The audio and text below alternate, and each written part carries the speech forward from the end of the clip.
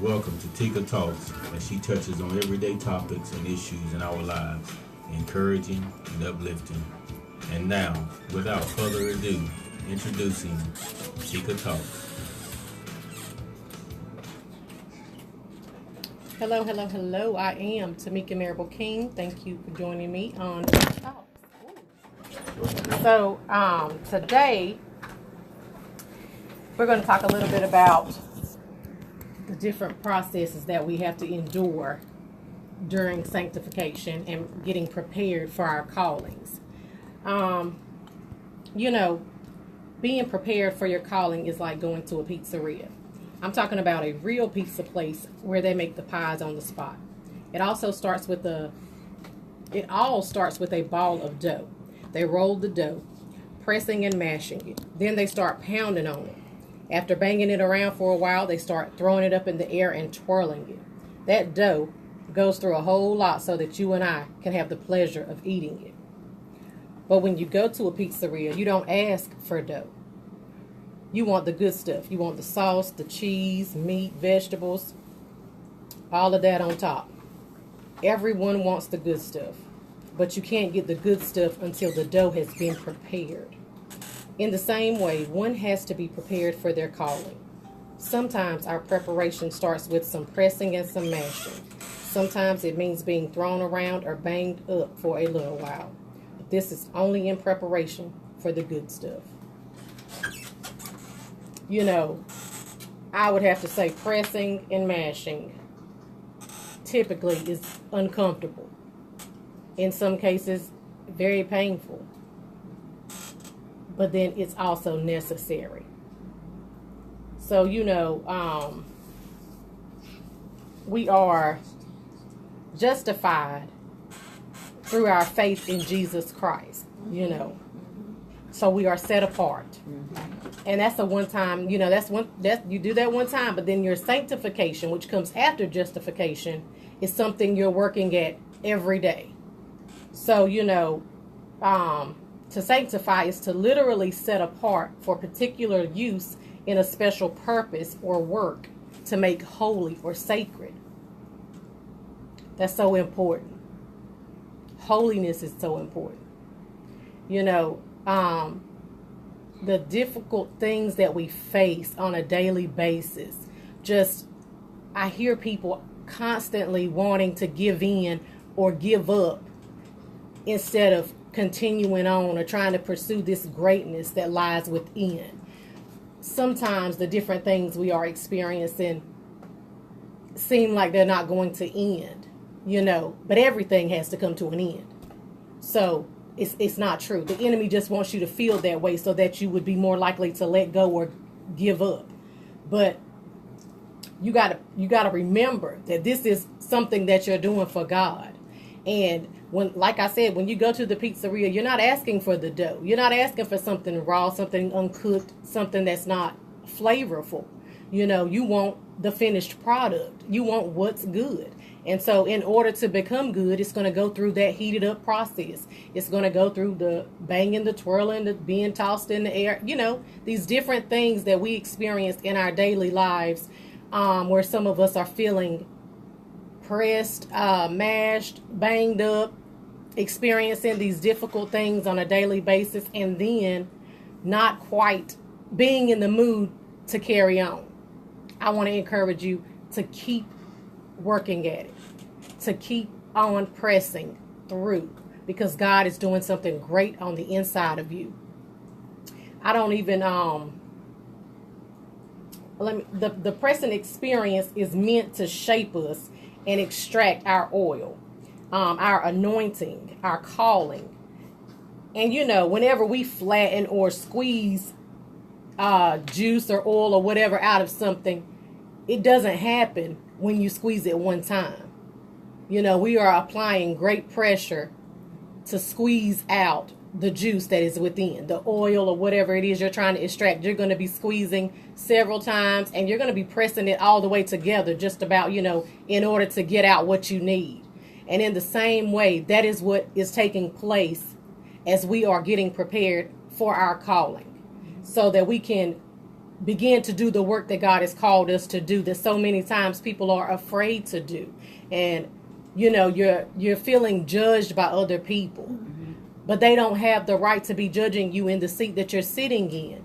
When God changes you and when God develops you, you are new because of that. You don't have to explain that to people. You don't have to try and convince them how different you are or what you've been through and how changed you have become because of that. That's God. God works that out for us. But you also know, whenever things have been through a process, usually they're better than we imagined. The look changes, the smell is different, and it's often reshaped. So prepared means to make something ready for use. Are you ready to be used? I want to be used, and I want to be used all the way up. And I want God to do whatever he feels is necessary for his kingdom while I'm here on earth. We are representing him, and we go out and we are witnesses, and so many people are watching you. Sometimes we get tired of them watching us. But if you are in a place where you're supposed to be leading and you're supposed to be guiding, be mindful of your position, because it is important. And you are hopefully making a great impact on those who really need to see it. Because sometimes we are a walking Bible for people. They don't pick it up. They don't even own one. And so when we begin to minister or tell our stories and explain the different things that we've experienced, the painful things, because that is one thing that everybody can relate to, is experiencing pain. Everybody experiences pain. Everybody has experienced disappointment. There are so many things that we are alike in or have experienced, yet we always focus on something that makes us different, or in a negative way on top of that, instead of trying to come together in a positive way and then uplift one another, correct each other without anger, bitterness, or unforgiveness. We just don't do it the right way. But God is saying that the time is now. We have to fix what's going on through him.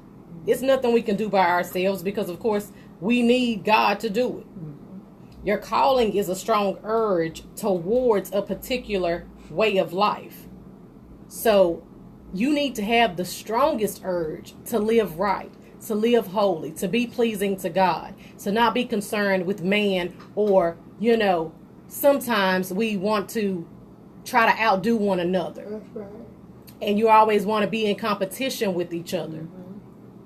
There is enough room on the platforms that God has placed you for other people to join you. That's right. Because everybody is going to be different in their own way, Yes. because God created us so. You're not going to speak the same. You're not going to explain it the same. Sometimes you can be reading something and you read it 5 times and you get something different out of it all 5 times. That's right. So true. don't be afraid to be who you are and not try to be like someone else. That's right. Let your experiences and your preparation period be yours. And then don't just tap out of the, where you are. Because like I said, it gets dark and it's painful. And even for myself, I know to be true, because I'm definitely in a stage of preparation. And in knowing that some days are very hard. Just because people smile and just because people get up and go don't necessarily mean that every day they're in the mood to do so. That's right. But then there is greater on the inside of me that tells me I must get up and that I must continue on, and that there are people who need to hear the messages that God has placed in me. So because I'm not working for myself, I don't have a choice. I don't feel like I should be disobedient and lay down. I want to do what he is asking me to do, and I want to spread the love that he has placed on the inside of me. And then whenever he gives me a message, I need to be obedient enough to get up and do just that. So we got to stop being concerned with ourselves and stop being selfish and, just wanting everything in the easiest fashion, the easiest manner, because God is not calling us to not go through some things in order to have better days. So, we go through so many different fiery trials, but it ignites a great fire on the inside of us. Mm-hmm. And that fire that will develop on the inside of us is going to carry us and keep us. We need to be on our knees. We need to be fasting. We need to be praying. We need to be connecting with believers and supporting one another through the process of the preparation. There should be people that you can call and be encouraged by and be prayed for, instead of feeling like you're alone all the time and that you have nobody in your corner or you don't have anybody to confide in. And sometimes do understand that God will allow us to be in a period of isolation. And, that isolation is also necessary. The Bible tells us that God, would go off into the wilderness to pray sometimes. Y'all, sometimes we just have to go away. We have to steal away to a place and be quiet. Mm-hmm. Just solidarity. Just, just us and the Spirit. And then just rest in that place. Listen for him to speak, because he's going to be giving you exactly what you need. I'm telling you. You just have to ask, and then you have to be open to hear what it is that he needs you to understand. And don't think that every time you get a response from him that it's going to be something you want to hear. And don't think that every experience that you have to go through is going to be something pleasurable, or, the seasons last different amounts of time, all of which are necessary. So you have to trust the process. You have to trust the Creator. That's pretty much what it is. I absolutely love you guys. God bless you. On today, I simply want to shout out all the women who are mothers, because that is one heck of a job, okay? There is no book that tells us how to do it. I mean, it is straight trial and error, and then the guidance of God, and thank goodness he is so real. Yes, he is. So, again, I love you. I want you to do what you do best. That is being you. God bless you. Have a marvelous week. And that's it. Thank you for joining me. Okay, Miss Tika. I guess her information is on the end where you can contact her. It is. And also, one more thing. Next Saturday morning, May 19th, I will be speaking at a women's conference at Red Hill here in Clinton. Y'all know y'all can Google that address if you don't have it. Alongside Minister Dakia Chevalier, Elder Angela Whitehead, and Apostle Wendy Beckton, hosted by Tanella Boykin. So y'all come out and join us again at 10 a.m. May 19th. We would love to have you. And I'll be speaking, okay? Okay, Miss Tika. Miss Tika will be at Red Hill along with other women in conference on next Saturday. Yes. At 10 a.m. Mm-hmm. So come prepared for a great word. That's right. And we know that the women of God is going to put it there. So you need to be ready for an inception next weekend at Red Hill. Mm-hmm. The pastor there is the Reverend Bolton. Yes, an awesome pastor. Yeah, Reverend Bolton is the pastor there. So the women will be in conference on next Saturday, May 19th. Okay, so you just heard. Hey, everybody. Okay. Lula Tika has spoken. What's your name, baby? Paige. Okay. It's good to have you this evening. And you have a blessed day. Thank you, and happy Mother's Day to everybody out there. Oh, aren't you so sweet? How old are you? 4 years old. 4 years old, okay. Well, that was so good. You do better than a lot of grown folks. You do. So we thank you for that. I love you guys. We love you too, sweetie. Bless your heart. Okay. And happy baby's day. I love everybody, and I hope on Father's Day it's going to be a good day. Happy Mother's Day, everybody, and we love you. Bye. Bye. That's baby Tika. I'm right. not baby Tika. Oh, I'm 4 years old. Get off that microphone. Nobody can ever do that. Hush.